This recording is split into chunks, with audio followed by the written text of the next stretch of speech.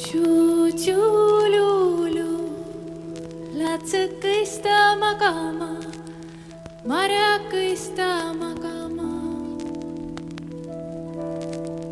Tudima tuvikõista.